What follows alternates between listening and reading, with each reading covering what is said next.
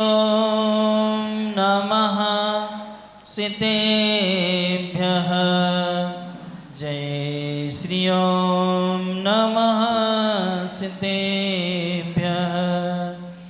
धर्मः सर्वे सुखाकरो इति करो धर्मं बुधाश्चिन्वते धर्मे नैव समाप्यते शिव सुखं धर्माय तस्मै नमः धर्माय तस्मै नमः धर्माय तस्मै नमः। अनंत आनंद सद्परिवेष्टि भगवंतों की जय। देवाहि देवी 1008 मूल्य से संभवनाथ भगवान की जय।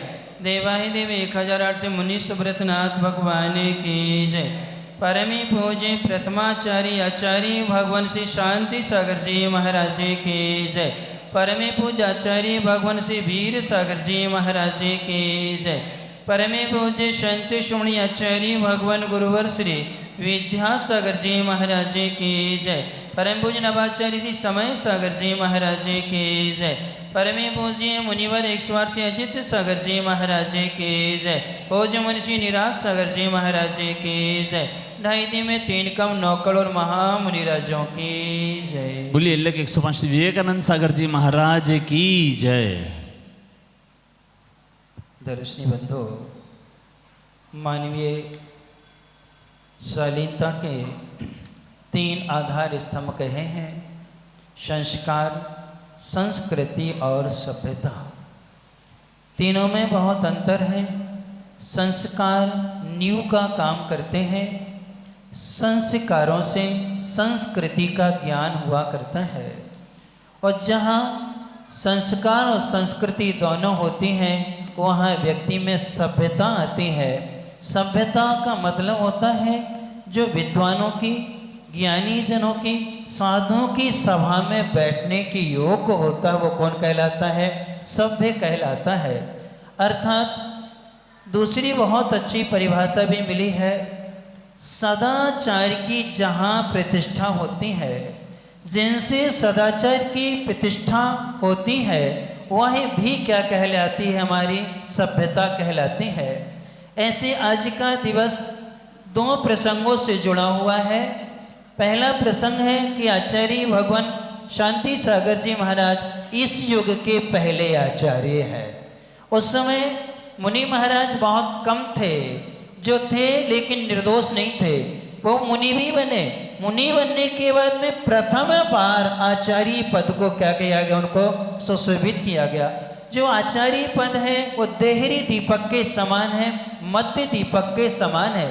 देहरी पर दीपक रख देते हैं, दोनों ओर प्रकाशित करता है, तो वहाँ अरहंत तो सिद्धि के स्वरूप को बताता है, तो यहाँ उपाध्याय और साधु के स्वरूप को भी बताता है। आचार्य पद है।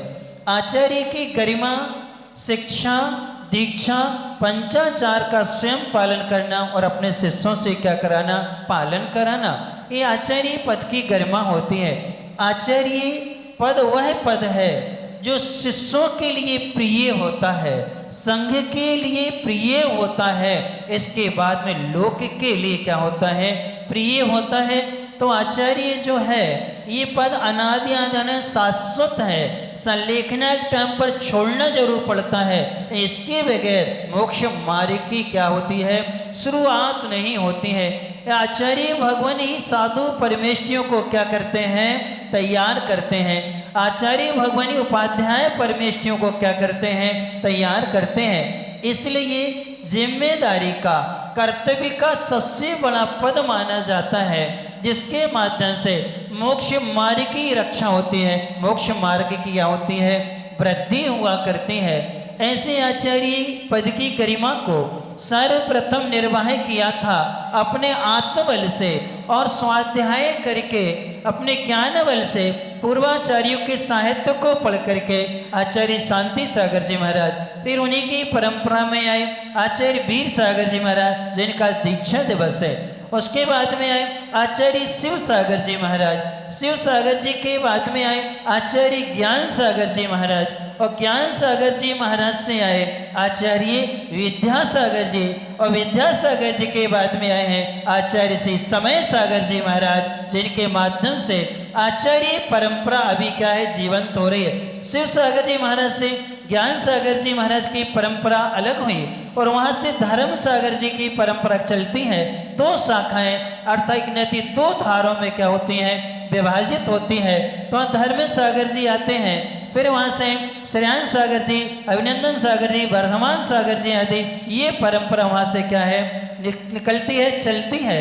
तो वहाँ से अभी वर्धमान सागर जी क्या है उस परंपरा से हैं और यहाँ आचार्य समय सागर जी भी क्या है अभी यहाँ पर हैं। उनके माध्यम से हम मोक्ष मार्ग कैसा होता है, शिष्यों का अनुशासन कैसा होता है, वह अनुशासन हमें सबको सीखने को मिलता है। इसलिए बहुत अच्छी बात हमने पढ़ी थी कि नीति वाक्यामृत में संस्कृति और संस्कार में अंतर होता है। संस्कृति देश की होती है, संस्कृति कहाँ की होती है देश की होती है।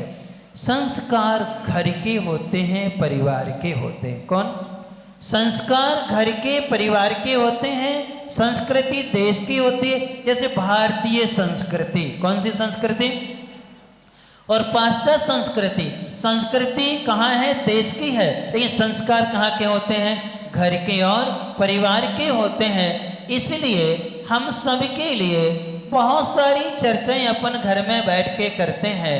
क्या आपने कभी संस्कारों की चर्चा की है क्या?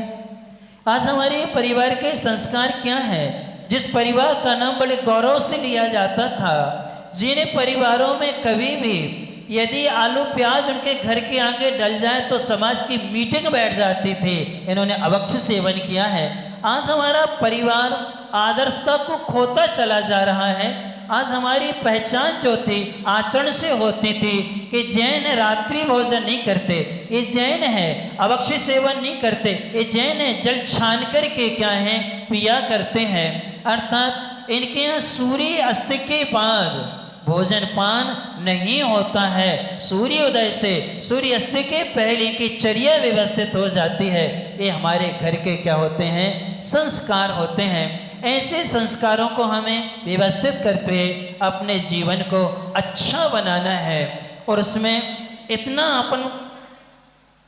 अपने जीवन को ऐसा बनाए कि एक नीति वाक्य था कि प्रभु और गुरु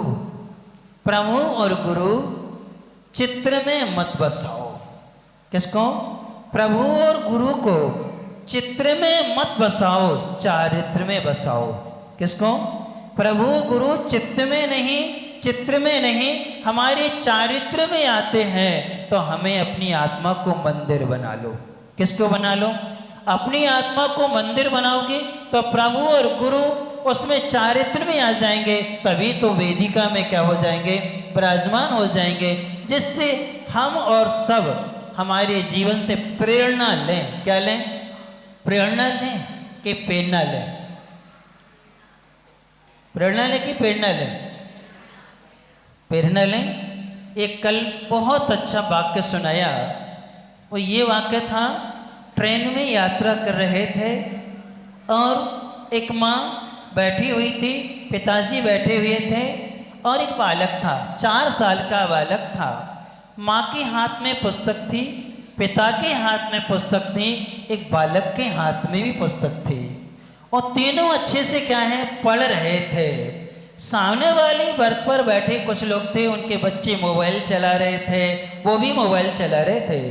तब उन्होंने कहा मुझे लगभग 40 मिनट हो गए हैं, हम आप तीनों को देख रहे हैं, आप लोग पुस्तक में लगे हैं, क्या पढ़ रहे हैं? आप पन्ना पढ़ रहे हो और आपके बच्चे में भी ये संस्कार आ गए कि वो पुस्तक पढ़ रहा है।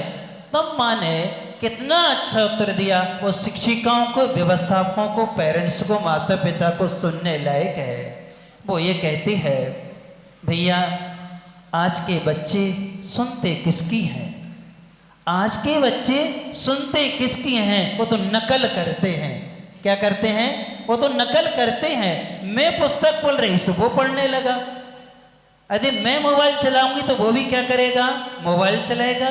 मैं जो करूंगी वो मेरे बच्चे करेंगे। अरे बच्चे जैसे जो कहा जाता है वो कभी नहीं सुनते हैं, लेकिन जो करते हैं वो बच्चों पर बहुत जल्दी क्या है असर आता है। इसलिए जब हमने ये बात उनसे सुनी तो हमें बड़ा आश्चर्य हुआ कि वास्तव में सत्य है। हम आज प्रवचन में जो कह रहे हैं इसको कोई ध्यान नहीं देता है, लेकिन हम जो चर्या करते हैं उस चर्या को सब देखते हैं, उसका उन पे क्या आता है असर पड़ता है। सर्वार सिद्धि में कहा है अभाग बगसा मोक्ष मार्गम निरूप्यन्ते मुनि, बगैर बोले ही मात अपने शरीर से मोक्ष मार्ग की क्या करते हैं प्रभावना करते, धर्म की प्रभावना करते हैं। इसलिए आप सब लोग भी ऐसे पाठशाला के वार्षिकोत्सव पर आचार्य महाराज के 100वां आचार्य पदारोहण दिवस और आचार्य वीर सागर जी महाराज के दीक्षा दिवस पर हम अपने आचरण को पवित्र बनाएं। हम सबसे पहले अपनी आदतों में परिवर्तन लाएं। हम बच्चों के सामने वह कोई भी कार्य ना करें जिससे स्वयं को और उनको पाप का बंध हो। हम बच्चों के लिए प्रेरक बने, उनके लिए प्रेरणादायी बने। हम बच्चों के लिए प्रेरणा ना बने, क्या ना बने प्रेरणा यानी कष्ट के लिए निमित्त ना बने, उनमें बुरी आदतें ना आए। इसलिए अपने जीवन को परिवर्तित करते हुए और पाठशाला की समितियां शिक्षिकाएं एक कागज तक सीमित ना रहें, फ्लैक्स तक सीमित ना रहें। ये सब आपको कर्तव्य स्वयं को करना है। आगे यदि आप लोग अभी ध्यान नहीं देंगे तो आगे हम लोगों की चर्या कराएगा कौन? कौन आहार कराएगा? इन भव्य जनालियों की कौन व्यवस्था करेगा? कौन अभिषेक पूजन करेगा? आप नसिया का निर्माण करें, कौन जाएगा, कौन देखेगा, कौन संभालेगा? इसलिए अपने बच्चों को संस्कार देने के लिए साधु मुनि आरिका में नगर में आते रहें तो उनमें क्या बने रहें ऐसे संस्कार देंगे तो इससे जीवन अपना अच्छा बनेगा, अर्थात वर्तमान भी अच्छा और भविष्य भी अच्छा बने। इन्हीं मंगलवान से बोले परमे पूज्य संत स्वामी आचार्य भगवान गुरुवर श्री विद्यासागर जी महाराज जी की जय। पूज्य मुनिवर से अजय सागर जी निराग सागर जी महाराज जी की जय। बोलिए लेख 105 श्री विवेकानंद सागर जी महाराज की जय। आइए हम सभी